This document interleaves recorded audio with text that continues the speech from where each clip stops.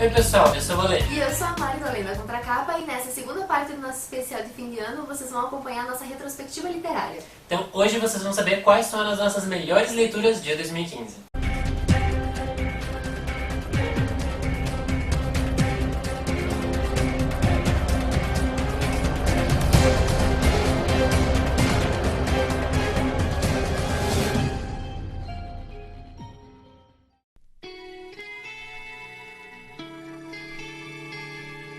E a minha quinta melhor leitura de 2015 foi Ainda Estou Aqui, do Marcelo Rubens Paiva.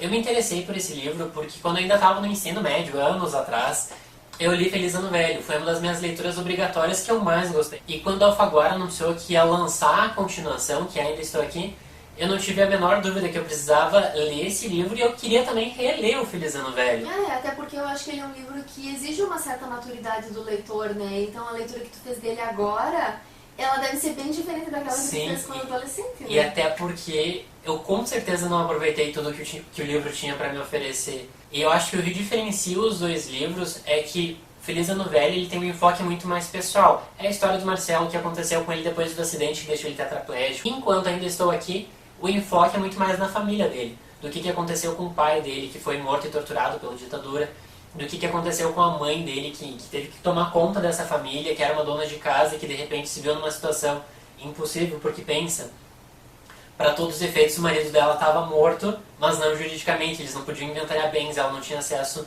à conta bancária. Parece que nesse a ditadura ela realmente toma corpo na história, né? Sim. Porque essas situações que ele está abordando nesse segundo livro, elas são provocadas pela ditadura. E no primeiro não, era o acidente dele. Era o acidente. Foi em 2014 que a Comissão Nacional da Verdade confirmou que o Rubens Paiva tinha sido morto durante a ditadura militar. E foi isso que motivou o Marcelo a escrever. Eu acho que o que ele quis foi mostrar como é que era a realidade. Pra quem tava lá dentro. Pra quem tava lá dentro, pra quem foi vítima desse regime militar. Porque eu acho que, por exemplo, a minha geração não tem noção do que foi realmente a ditadura militar. A gente fica horrorizado. Eu acho que esse livro chega a ser um choque de realidade. Porque a gente não tem noção do que aconteceu durante a ditadura militar. Então ele é um livro assim que tem uma carga histórica muito forte, mas ele também tem uma carga dramática muito interessante, porque pensa o quanto essa família não sofreu, né? Primeiro com o sequestro, o desaparecimento do Rubens Paiva, depois com o acidente do Marcelo, que deixou ele tetraplégico, e agora a mãe dele está enfrentando Alzheimer. Então ele é um livro que também é bem inspirador. Então, eu não esperava encontrar um livro assim tão fantástico e tá aí, ganhou meu quinto lugar. E a minha quinta melhor leitura desse ano foi Jane Eyre, da Charlotte Brontë. Esse livro é um clássico que tava assim na minha lista de livros pra ler há anos, mas é engraçado como tem livros que tem isso, assim, né? A gente quer ler muito, a gente quer ler, mas sabe que não é o momento, e se lê no momento certo acontece isso, assim, se torna uma leitura super marcante. E uma coisa que me chamou muito a atenção em Jane Eyre é ver como ele é um livro envolvente e ágil, mesmo sendo um livro clássico. Porque, verdade seja dita, a literatura clássica, ela tem tendência a ser uma coisa mais lenta porque ela tem uma linguagem mais rebuscada. E também não é todo autor que consegue conciliar essa linguagem rebuscada com um texto mais ágil. E tornar o livro interessante, porque às vezes a leitura acaba ficando um pouco mais monótona. E isso eu não vivi em nenhum momento da minha leitura de Jane Eyre, e eu acho que muito disso vem também do fato da Jane Eyre ser uma personagem que é muito cativante. E a história, ela é assim, a jornada dessa personagem, a gente acompanha ela desde criança. A história ela tem fases. Primeiro a Jane ela é uma órfã, ela tá vivendo sob a tutela da tia dela, depois ela vai para uma escola, quando ela fica um pouco mais velha ela vai ser preceptora na casa de uma família, e a partir desse momento acaba tendo ali uma história de amor, ela se envolve com o dono da casa, que é o Sr. Rochester, e depois disso ela sai dali, ela vai para um outro lugar, ela vai viver com os parentes, depois ela volta. Então ela é uma história que ela tem fases, e é bem interessante ver como o elenco coadjuvante, digamos assim, da história alterna. Na verdade, a única coisa que a gente acompanha desde o começo é a Jane. E a força do livro e a importância que o livro ganhou ao longo dos anos vem disso, vem do que a Jane representa, da força que ela tem enquanto personagem. Porque mesmo que o livro seja um clássico e se trate de uma mulher lá dos idos de 1800, a Jane é uma mulher que eu acho que a gente hoje consegue se identificar. porque ela tá muito distante de ser aquelas mulheres frágeis ou de ser aquelas mulheres que eram criadas para casar. Ela é uma mulher que faz não aquilo que é esperado dela, mas aquilo que ela acredita que é o certo. E ela tem muito claro, assim, que seja lá o que for que ela vá conseguir, e seja lá o que for que ela vá fazer da vida dela, ela vai fazer por méritos próprios. E não pelo marido, não pelo tio, pelo primo que é rico. Então eu acho que ela é uma personagem que se torna muito cativante. Por causa disso, ela é uma personagem com quem a gente se importa profundamente, que tem sim uma bela jornada, e eu acho que é um livro que vale muito a pena. Fazia muito tempo que um livro clássico não me envolvia tanto e não me agradava tanto como Jane Eyre. E minha quarta melhor leitura de 2015 foi Doutor Sono, do Stephen King. E, gente, pra ser sincero, eu nem tava com muita expectativa pra esse livro, porque eu acho que o grande atrativo dele é ser a continuação de O Iluminado. E O Iluminado foi um dos nossos primeiros contatos com o autor, e pra mim naquela época não tinha funcionado muito bem. Na verdade, o que aconteceu, gente? Vamos explicar pra eles a história. A gente começou a ler O Iluminado mais ou menos na mesma época, né? Só que a gente não tinha chegado nem na metade da leitura e por alguma razão, assim, sem menor... Genial, né? A gente resolveu assistir o filme na metade da leitura do livro, né? E a gente se desencantou um pouquinho, não com o filme em si, mas com o final do filme, né? E aí o Ale desistiu de a empolgação e acabei abandonando o livro. Só que é O Iluminado. O Iluminado é uma das maiores obras do King, né? É um livro icônico. Aí esse ano eu resolvi, não, quer saber, eu vou dar uma chance pro Iluminado. Peguei o Iluminado, li, gostei. Não é o meu livro preferido do autor, mas é sim um livro bom. E aí depois que eu li o Iluminado, peguei Doutor Sono pra ler. E gente, que livro fantástico. Pra mim, é muito melhor que o Iluminado. Eu acho que o King deve ter se feito essa pergunta por muitos anos, depois que ele escreveu Iluminado. Ele revela, se eu não me engano, no pós-fácil, né? Sim. Isso. Que ele se pegava, que às vezes ele ia tomar banho e ele se pegava pensando O que aconteceu com o Danny. E quando eu terminei de ler o Iluminado, eu acho que pra mim, a maior sensação que ficou é: que personagem bom. Eu queria saber o que ia acontecer com ele mais do que tudo. E foi isso que me motivou a ler Doutor Sono. Até porque se vocês forem ver a sinopse do livro, não é lá grandes coisas, né? Gira em torno de 3 núcleos. É o Danny, que agora é Dan, né? Ele Porque agora ele já é um homem de meia idade, né? Já tem seus 40 e poucos anos. Ele tá recomeçando a vida, ele lutou contra o alcoolismo, contra a violência, alguns... Percalços no caminho. Nós temos uma outra personagem que é a Abra, que é uma criança que também é iluminada. E nós temos uma seita que se chama O Verdadeiro Nó. Essa seita sequestra crianças que são iluminadas e eles torturam essas crianças para matar elas. E eles querem extrair dessas crianças, gente, um vapor que é esse dom, né? Que vem da iluminação dessas delas, né? E quanto maior a tortura, maior o vapor. E esse vapor funciona como nutriente, né? Pra esse grupo de pessoas. Eles se tornam assim imortais, eles têm anos e anos porque eles ingerem esse vapor. Gente, olha que coisa mais tapafúrdia. Moral da história, gente, é um grupo de pessoas que se alimenta da alma de criancinhas iluminadas. Porque não basta serem criancinhas, tem que ser criancinhas iluminadas. É uma viagem. É uma viagem. É aquilo que a gente sempre fala sobre o King, né? Que a situação, na verdade, ela é só o gatilho para os conflitos daqueles personagens. O que importa realmente são os dramas que vão surgir a partir daquilo ali. E o Danny, eu acho que ele é um personagem que se mostra muito promissor no Iluminado. A partir do final da história do Iluminado, ele vai ter muitos fantasmas para enfrentar. Exato, a perspectiva do que ele vai ter que enfrentar e de como ele vai enfrentar isso é muito interessante. Eu acho que no Iluminado ele não aparece tanto porque o Jack rouba a cena. O Ale disse que ele acha o Doutor Sono muito melhor que o Iluminado. Eu até prefiro o Iluminado. Eu acho que o Doutor Sono ele tem uma história relativamente mais simples, né? Ela é aquilo ali e o Iluminado ele é mais um thriller psicológico, né? Sim. Eu gosto de como o Iluminado fica com certas coisas em aberto. Parece que ele rende pano pra manga, né? E quantas vezes a gente já não discutiu esse livro pensando em outras interpretações. E tem aquela cena, e tem aquela fala, e daí a gente revê o que isso significa. E o que isso significa. E parece que tu nunca chega a fechar o Iluminado, né? Parece que ele sempre fica um pouquinho aberto, parece que ele sempre tem alguma coisa a mais. Nesse sentido, o Doutor Sono é um livro muito mais coisa, muito mais fechado. E voltando ao Jack, eu acho que a graça do Iluminado tá em ver isso, assim, essa transformação dele rumo ao Darkseid. E o Iluminado, ele tem um elenco mais restrito, e quem brilha é o Jack, né? Ele que é o enfoque da história. E se tu pega Doutor Sono, nós temos 3 núcleos, e cada núcleo tem o seu protagonista, e tu não tem como dizer que um deles seja mais importante que o outro. é mesmo o Danny, né? E eu acho que até por isso, esse entrelace dos núcleos, cada coisa com a sua história, esses 3 personagens que todos se destacam, o Danny, a Abra, a Rose, eu acho que tudo isso faz com que o Dr. Sono, ele vá muito além de ser uma continuação do Iluminado, né? Eu até comentei isso numa conversa de contracapa que eu escrevi esse ano, como ele consegue, assim, se sustentar por conta própria, né? Eu até acho que, assim, se uma pessoa, ela não leu o Iluminado e ela lê Dr. Sono, ela entende. Porque, na verdade, o que ele traz do Iluminado é o Danny e algumas bagagem outras dele, coisas, né? Mas ela é uma história completamente nova e própria. E eu acho que o que prova que Dr. Sono se sustenta por conta própria é a Abra. Ela é um personagem fantástico e a gente vê que ela também daria uma continuação.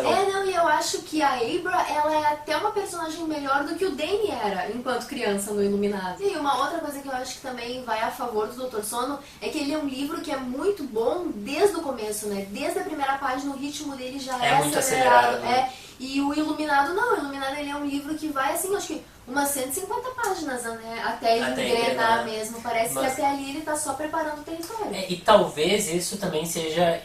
o Iluminado foi um dos primeiros livros do King, né? Então também, por melhor que seja, ele estava aprendendo, né? Então acho que isso mostra o amadurecimento dele como escritor. Mas a única coisa, assim, que me desagradou em Dr. Sono é que me pareceu que tem uma cena do livro que ela é reaproveitada de uma outra história do King. Mas também pra vocês verem como isso também talvez nem seja tão importante, foi que a Mari nem percebeu. Eu nem percebi, gente. Eu só fui me dar conta disso depois que o Ale comentou. Foi uma coisa bem pequena, assim, e que não desmerece nada, né? Não desmerece, então, mesmo que tenha te incomodado um pouquinho, não chegou a atrapalhar a tua leitura, né? Tanto que o Dr. Está Sono aqui, né? tá aqui. E minha quarta melhor leitura desse ano foi Por Lugares Incríveis, da Jennifer Niven. Esse foi um livro que eu li, assim, sem tanta expectativa. Era uma premissa que tinha me despertado a curiosidade, mas eu achei que ele ia ser só mais um young adult. E foi uma coisa que logo nas primeiras páginas eu vi, fiquei muito surpresa em ver como ele abordava o assunto, mesmo sendo um young adult, como ele não ia tratar de um assunto que é sério, que é o caso do suicídio, com leveza. Não, ele é um livro que mergulha mesmo no drama e que aproveita uma premissa que, se parar pra pensar, é uma coisa bem batida. Né? Na verdade, são 2 adolescentes que estão pensando em se matar, cada um por uma razão. São pessoas completamente diferentes, eles estudam numa mesma escola, mas eles não convivem nos mesmos círculos, e quando eles se encontram, eles são exatamente aquilo que o outro precisa, aquilo que o outro falta. E vamos combinar, né? Mais batido que isso não pode ficar. Fica daqui a pouco, porque fica. eles começam a desenvolver uma amizade, uma sintonia e eu não sei o que. Claro que isso acaba em romance. Então, é tudo muito batido, mas os personagens são muito reais. Eu acho que isso faz com que o clichê acabe ficando em segundo plano. E uma outra coisa que a Jennifer Niven faz muito bem é que a narrativa desse livro, ela é dividida nos 2 pontos de vista, da Violet e do Finch, que também é uma coisa que tem se tornado batida nesses últimos tempos, né? Mas eu acho que essa é a melhor ferramenta que ela podia ter usado, porque a história não teria o mesmo impacto que ela tem se não fosse isso. No momento em que tu tá acompanhando os pensamentos do Finch, os pensamentos da Violet, é como se tu fosse conhecendo eles, porque por mais que eles vão desenvolvendo esse relacionamento, essa amizade, e a história dos dois vai se entrelaçando, as razões que levam a eles, aquela torre, a pensar no suicídio, são muito diferentes. Então, de certa forma, existe uma história a partir do momento em que eles se encontram ali, mas também existe toda uma história antes, 2 histórias, na verdade, de cada um deles.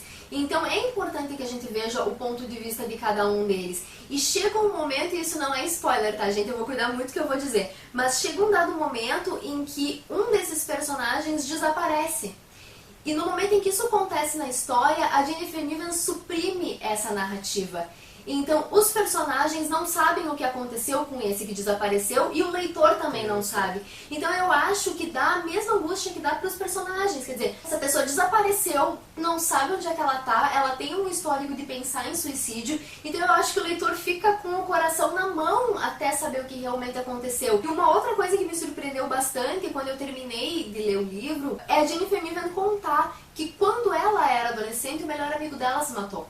E isso inspirou ela a escrever o livro. Ela disse que ela não tinha a menor ideia que tinha esse tipo de problema e que esse tipo de coisa passava pela cabeça. Mas em nenhum momento, lendo o livro, a gente sente isso. Sente que ela tá querendo levantar uma bandeira, sente que ela tá querendo falar sobre alguma coisa. Não, a história, exatamente. Ela cria esses personagens e ela deixa eles viverem. Então ele foi um livro que me surpreendeu bastante, porque eu esperava, como eu disse, só mais um young adult. E ele acabou se tornando um dos meus livros preferidos do gênero. Tanto que se alguém me pedir recomendação de young adult, eu recomendo primeiro todos os livros do John Green, claro. E depois, em segundo lugar, Por Lugares Incríveis. Foi um livro que eu não esperava que fosse ser esse turbilhão de emoções que foi.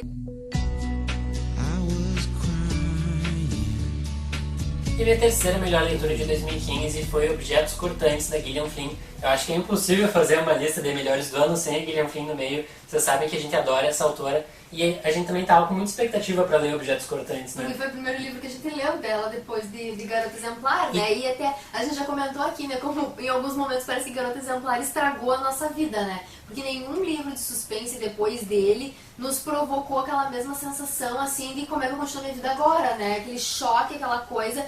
Então a expectativa de saber se a Gillian Flynn, se isso era uma tacada de sorte ou se ela conseguia repetir isso. E também não só por isso, mas também porque Objetos Cortantes foi o primeiro livro que ela escreveu, então também tinha aquela curiosidade de saber como é que seria ela no livro de estreia. A história da Camille, ela é uma repórter, ela mora em Chicago, e o editor dela pede para ela voltar para a cidade natal dela para investigar 2 crimes. É uma menina que desapareceu e uma outra menina que foi encontrada morta. Então ela tem que retornar para a cidade, ela encontra a família dela. Então tem toda essa tensão. E no começo ele parece ser um romance policial mesmo, assim, né? Ela vai pra essa cidadezinha e começa a investigar esses casos. Mas a característica Gillian Flynn, digamos assim, ela vem depois, né? Mais pela ela vem depois. E até acho que a gente comentou que o início do livro, ele é um pouco mais arrastado, né? Ele não é tão intrigante, ele não é tão empolgante. Mas chega um determinado ponto que a gente diz, essa é a Gillian Flynn que eu conheço. Exatamente. Né? Eu acho que a outra característica da Gillian Flynn é sempre chocar o leitor. Mas é fantástico como não é um choque gratuito, não é algo forçado. Aquilo é uma verdade assim tão intrínseca aos personagens que tu não se surpreende que eles cheguem àquele ponto. Não, é tudo muito perverso e é incrível como a Gillian Flynn consegue fazer isso, assim, consegue trazer isso à tona, né? E uma outra característica que sempre me impressiona nos livros da Gillian Flynn é como os livros dela me parecem um quebra-cabeça. Só que um quebra-cabeça que tu pode encaixar de inúmeras formas. E é impossível tu começar a ler e não criar teorias. E todas elas são verossímeis, todas são plausíveis. E ela faz 2 coisas que a Agatha Christie faz muito, assim. É aquela coisa de que tu até pode ter um palpite, mas tu dificilmente nunca vai acertar o conjunto. Tudo. Isso é o que realmente me impressiona nas obras da autora. É como ela consegue criar uma trama que é plausível do início ao fim, que tu pode juntar em inúmeras formas, mas o final sempre vai estar tudo amarradinho e vai ser plausível. E vai ser chocante. E vai ser chocante. Nenhum autor consegue criar esse efeito que ela consegue e sendo verossímil.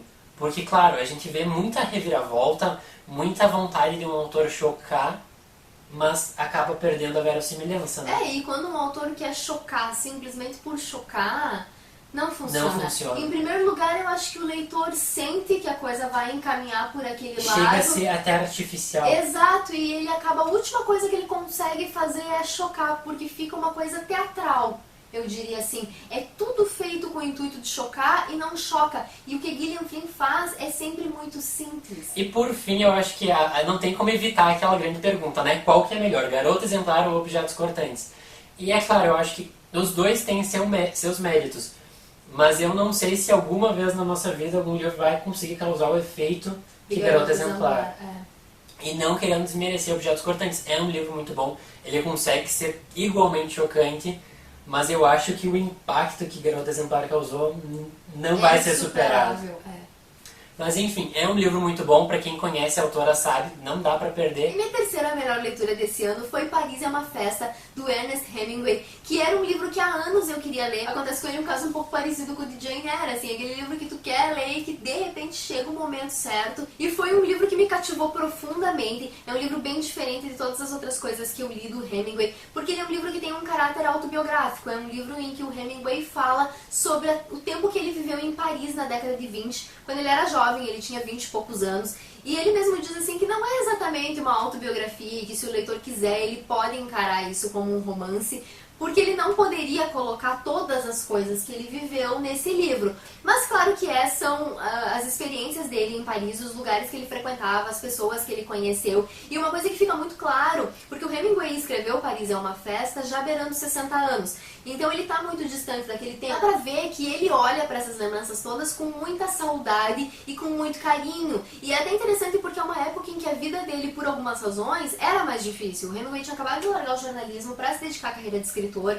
Ele até achava, ele estava dando os primeiros passos, porque ele até achava que escrever um romance era uma coisa muito grande, que ele ainda não se sentia pronto. Então ele escrevia pequenos contos que ele não conseguia publicar. E isso, como consequência, claro, fazia com que ele quase nunca tivesse dinheiro. Então, nesse sentido, a vida dele era mais difícil, mas dá pra ver que também ele era muito feliz naquele tempo. Parece que é uma coisa assim que, apesar das dificuldades, parecia que ele tirava a alegria dele de coisas muito pequenas e muito simples.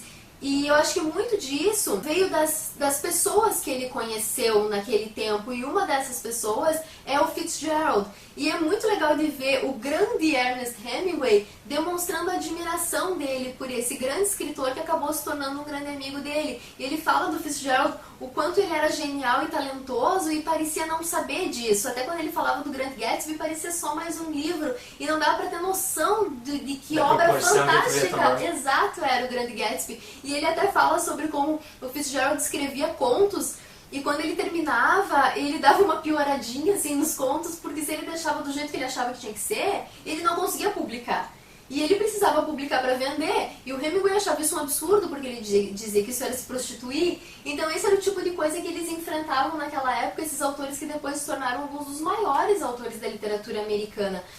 Então eu acho que ele é um livro muito especial, como eu disse, ele é um livro muito diferente, e dá pra ver que assim, o carinho com que o Hemingway olha para esse tempo, porque é como se fossem dois Hemingways diferentes, né? Quando ele escreve, ele já é o Ernest Hemingway, ele já é um autor premiado, um autor que já vendeu milhares de livros, que já escreveu vários livros, e ele olha para aquele Hemingway que estava assim, engatinhando ainda. Então, dá pra ver que o carinho dele por esse tempo, ele fica tão claro nas páginas que eu acho que isso acaba passando para o leitor, porque o livro me cativou profundamente e eu acho que de todas as coisas que eu li do Hemingway, é uma das coisas pelas quais eu mais tenho carinho, então por isso Paris é uma Festa conquistou o meu 3º lugar. Bom pessoal, então essa foi a primeira parte da nossa retrospectiva literária. Por enquanto é isso que vocês vão saber sobre as nossas melhores leituras de 2015. Isso porque a gente preferiu dividir esse vídeo em 2 partes. A gente sabia que ele ia ficar muito longo, porque afinal de contas a gente tem muita coisa pra dizer pra vocês a respeito desses livros que foram as leituras que mais nos marcaram em 2015. E não ia ter graça se a gente falasse pouco sobre eles. Mas nos próximos dias já vai ao ar a segunda parte dessa retrospectiva, então daqui a uns dias vocês já vão poder saber quais foram as nossas melhores leituras do ano.